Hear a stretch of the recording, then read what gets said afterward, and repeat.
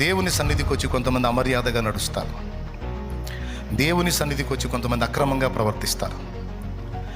దేవుని సన్నిధికి వచ్చి కొంతమంది అవినీతి కార్యకలాపాలకు దేవుని సన్నిధికి వచ్చి కొన్ని తప్పుడు పనులు చేస్తారు. కొంతమంది సన్నిధిని అడ్డం పెట్టుకొని యాడికి వెళ్తున్నావు అంటే ప్రార్థనకని వచ్చింది, కానీ ప్రార్థన కాదు, తప్పుడు చర్య జరిగించడానికి ప్రార్థనని దేవుని సన్నిధిని అడ్డం పెట్టింది.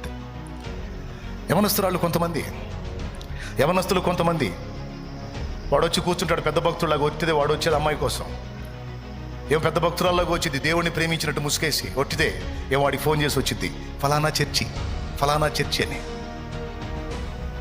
చర్చిని, దేవుని సన్నిధిని తప్పుడు కార్యకలాపాలకు అడ్డం పెడతారు. ఈరోజు ఇన్స్టాగ్రాములు వచ్చినాయి. ఇన్స్టాగ్రాముల్లో స్పెషల్గా మీట్ అవటం, డిస్కషన్ చేయటం, వాళ్ళు కలుసుకోవటానికి దేవుని మందిరాన్ని వాడటం.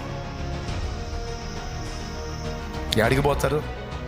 గుండెల్లో భయం ఉండదు దేవుడి సన్నిధిని, గుండెల్లో భయం ఉండదు అమ్మో దేవుని సన్నిధిని. దేవుని సన్నిధి పవిత్రమైంది కదా.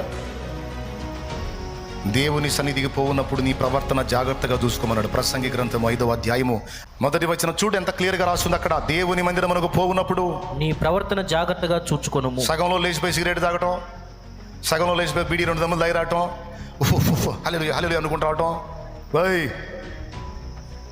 వచ్చిన కాడ నుంచి కొంతమంది మోరెత్తిన గేదె చూసినట్టు చూస్తూ ఉంటాడు ఒక్కొక్కడు. అది ఒకటే చూపు.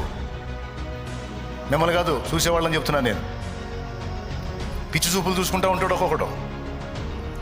కొంతమంది ఆడవాళ్ళు దొంగ చూపులు చూస్తుంటారు. ఆడు నాకు వెళ్ళి చూస్తున్నాడో లేదని ఒక చూపు నాకెళ్ళి ఒక చూపు ఆడికెళ్ళి, ఒక చూపు నాకెళ్ళి ఒక చూపు ఆడికెళ్ళి చూసేవాళ్ళు ఉంటారు. అట్టంటోళ్ళు.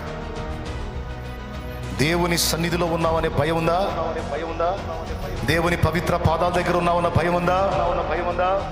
దేవుని పాద పీఠం దగ్గర ఉన్నామనే భయం ఉందా? చదువు.